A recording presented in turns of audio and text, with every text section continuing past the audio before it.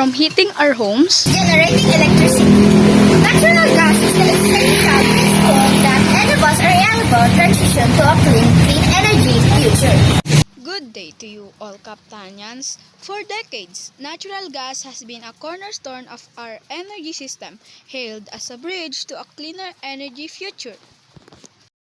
The principal components of natural gas are mainly methane and ethane, alongside with other hydrocarbons such as propane, butane, and pentane. Natural gas is Earth's clean burning fuel.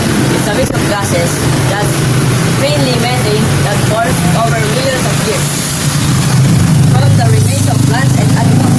Mix of is an ancient sunshine and life trapped underground. So why is natural gas considered an essential bridge fuel for a clean energy future?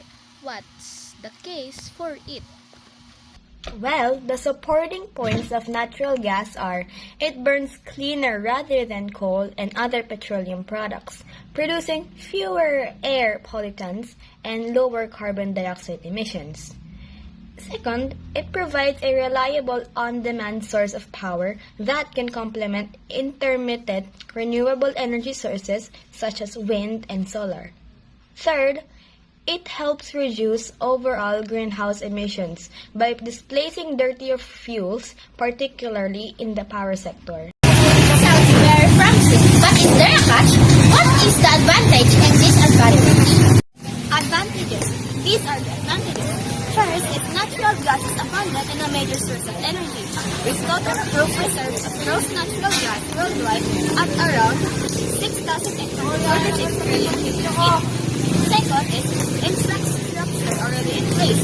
The technology used to produce natural gas already exists in familiarity with the current technology. It makes it easier for us to harness it. Third, natural gas can be easily transported, lighter than gas or oil.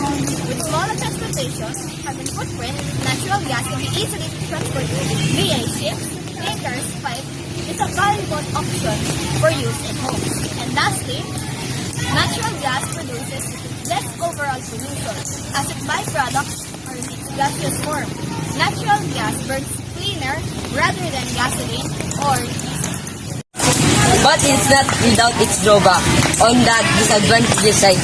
Disadvantages.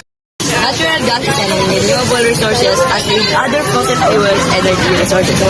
A natural gas is a limited source of energy and will eventually run out.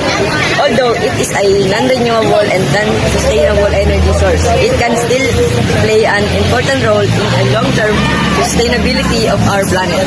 Natural gas can be used to advantages as cleaner alternative for oil and coal, and until renewable energy dominates the energy mix of the world. To use natural gas, all of the components except methane have to be extracted.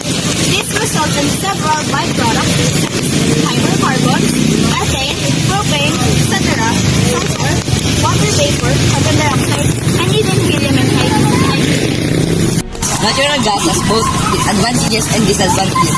Despite the cons, natural gas has remained one of the most inexpensive and easily available fossil fuels in the world, and can serve as a valuable alternative to other fossil fuels until something more efficient can be found.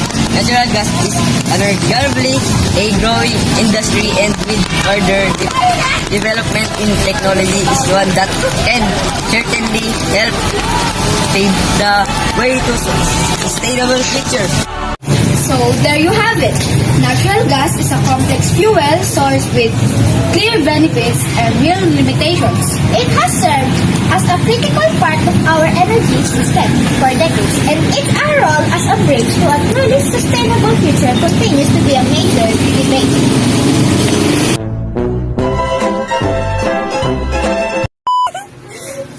Kaya ako yung naglagay niyan. Ako yung naglagay niyan, guys. Ay, ba't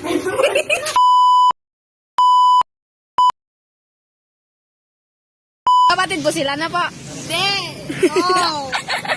It's not my sibling. Ang pangit niya. Pangit ka daw. Nagkaganin ngayon. Pero guwapo ka. Clean burning fuel. It's a mix. Natural gas is like the earth.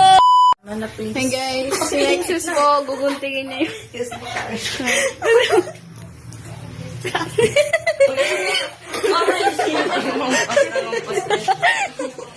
Nagahampasan na sila guys, nagahampasan ng turok.